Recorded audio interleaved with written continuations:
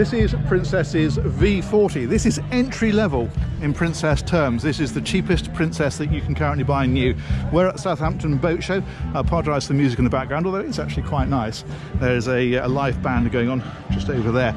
But let's talk about this boat, because it's a 40-foot sports cruiser, and although it is entry level, what I like about it is every inch a proper pucker Princess. So I'm going to give you a quick tour of this one, and I will show you exactly what I mean. So we're going to start on the bathing platform here. It's worth mentioning there are a couple of options here. You can have a sun pat that extends out over this area, and then your dinghy, which sits on the platform, of course, will go underneath it. And that means you've got a bit of sunbathing area. Obviously, with it as it is here, it means you've got a much easier walk around when your dinghy's on here. And this platform is fixed. You would just pull your dinghy up physically onto it. You can have a high-low platform as an option if you prefer. And this is nice. This is just access in. So the canopies are in here at the moment, but if you had a small roll-up dinghy, you could fit that in there. And let's head on. Another thing to mention, transom shower, so nice hot water shower when you come out from swimming. Lovely. Okay, so what greets us as we head on is this dinette area. Now this table is height adjustable. That's what these telescopic legs are all about. So you can drop that down, make it into a sunbathing area if you want to. There's a canopy, of course, that goes on here to enclose this. We've got the back section on at the moment. Just the top as a sunshade, and then of course that infills all the way around. Or you can take this all off completely to make the boat more open. And this is the hard top, so it's open backed. This is a cockpit up here, not a deck saloon, and it's a fabric roof, and that means that you get an absolutely massive opening right to the front. So when you're here, it feels like an open boat. And finally, on this level over here is the wet bar, the barbecue, top loading fridge, and then storage underneath, and a bin. Excellent. What else have we got? Another little storage area there. So again, you can put canopies or whatever you want in there, basically. Further forward, well, the helm is here. Twin helm seats, really nicely upholstered, and these are lift bolster, so you can lift this up if you want a bit more space, or if you want to stand at the helm. And what's quite clever is then that's shaped so that you can lean against it when you're driving the boat, and then you've got a view out over the front like that. Helm itself, that's all very nicely finished. You've got your aiming instrumentation, there's a plotter here, all your switch gear across. The steering wheel is a tilt wheel, so you can alter that if you're standing at the helm or sat down. You can change that to where you want it, and you've got throttles and trim tabs and so on here. This has also got a joystick option, so that will actually allow you to maneuver the boat by pushing that sideways, and that configures the outdrive. They vector independently of each other and adjust the thrust and make the boat do what you've asked it to do. Nice sitting area opposite, so people can join you at the helm. You can sit sort of 4 or 5 people around here if you want to when you're underway, or under the shelter of the screen, and then of course a lot more people at the back.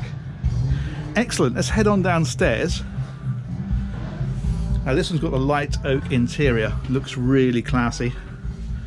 And this is what I mean about it being a proper Princess, because look, everywhere is nicely lined. You've got these little stainless steel fillets on the steps to stop them wearing. You've got this lovely finish here that's stitched at the back. So although it is the cheapest Princess, and cheapest is relative of course, that's not to say it's a cheap boat, it feels every inch the proper Princess. Look at this glass splashback they put on here. And then things like this for putting hot pans on. It's all electric cooking on this particular one. Fridge is here. All these drawers for your cutlery are all soft close. That one is a big storage area and a bin underneath. And then we have more storage up here. This is all shaped for plates and for cups and so forth. So everything has a place to go and stays where you've put it. And then up underneath this one there's the Fusion Hi-Fi system. And this is your distribution panel. So this is all the 12-volt systems for lighting, stereo, fridge, cool box, everything is switched from here, so it's dead easy to switch on and off. And then your 230, 240-volt system is on this side. If you have a generator fitted, then the start-stop, you can see the switch here. That's for that. Otherwise, of course, you plug into shore power, and that's your changeover. At a minute it's on or off, but you can click it across to shore power or click it to generator and supply your 240-volt from whatever is most appropriate. This particular boat has also got the option of cruise air conditioning on it, which is another thing you can add if you wish. Now, this area here is your saloon area.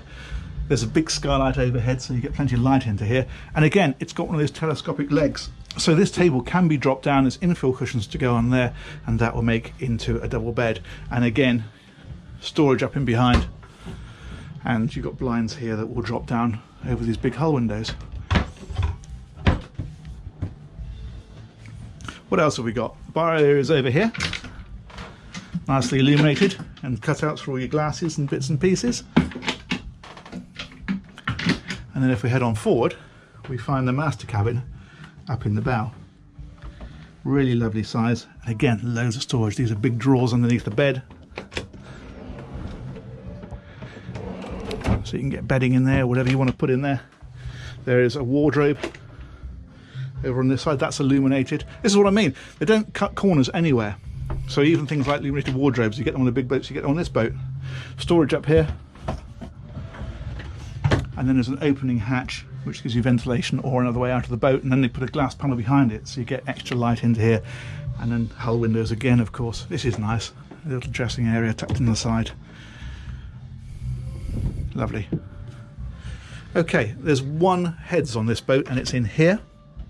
It's ensuite to this cabin. It has a completely separate shower stall, so you can shower in there and then come out into a dry area. And again, very nicely finished. This is storage, and behind here, razor point. Look at this faucet. How nice is that? Beautiful. Now, of course, people don't need to come into this cabin to use that facility because they've added another door out here. So during the day, people can come down into the cabin, head through this door, and that takes them into the same place. And, of course, if you're in the second cabin, you'd also use that access to the loo. And the second cabin, tucked away in here, is actually a pretty good size. You've got full headroom as you go into here. So as I step down, I can walk into this cabin, I can stand here and get changed. Got plenty of space, I've got a seat to sit on if I want to. And again, drawers, so there's loads of room for all your bits and pieces. Storage up here. It's a very practical boat. And there's even a wardrobe. Like so. Those are the infill cushions, incidentally, for the table in the saloon. So that's how you make that into a double bed. And then it drops down here a little bit, and you've got a very nice sleeping area. Now, you've got two single beds in here, great for kids, but if you've got adults in here that want to have a double, this bed can slide across. I think it's an option, but this boat has got it, and that will then make that a double bed with access down this side. So it's a very versatile cabin. Cool. Let's come out of here. You can probably tell I rather like this boat. It's the smallest in the range, but it just feels nice. It's just got a great feel to it. And as I say, it does feel every inch of the quality Princess. Excellent. Let's have a quick look on the deck. It's going to be a very short look because we're not really supposed to go up there, but I'm sure they'll forgive me as long as I don't fall off it. So, getting a full hit of music again. This is this sliding roof. You can see it all concertinaed here and the size of the opening. And then right up at the front, you've got the sunbathing area just up there. Okay, let's head on back. Okay, we're going to finish off with engines. They're under the floor.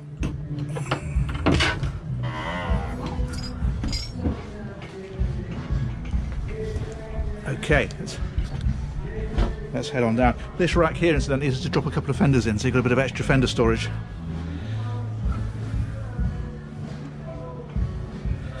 Okay, let's head on down.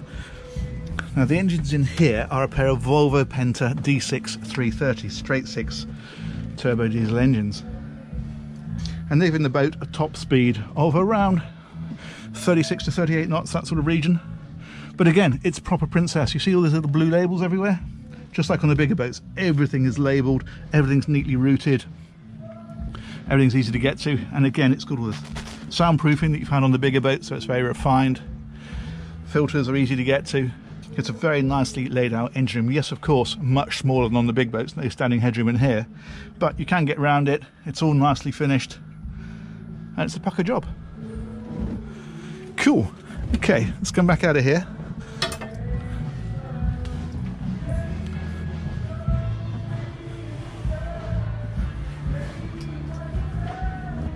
Drop that back down, and I think I will finish up at this little seat here. So there you go, Princess V40. I think it's a great boat. It's the cheapest boat in the range, but you certainly don't feel it. It really does feel like the quality product. Hope you enjoyed that tour, and we'll look forward to catching you on the next one. Thanks very much for watching. Take care. Bye bye.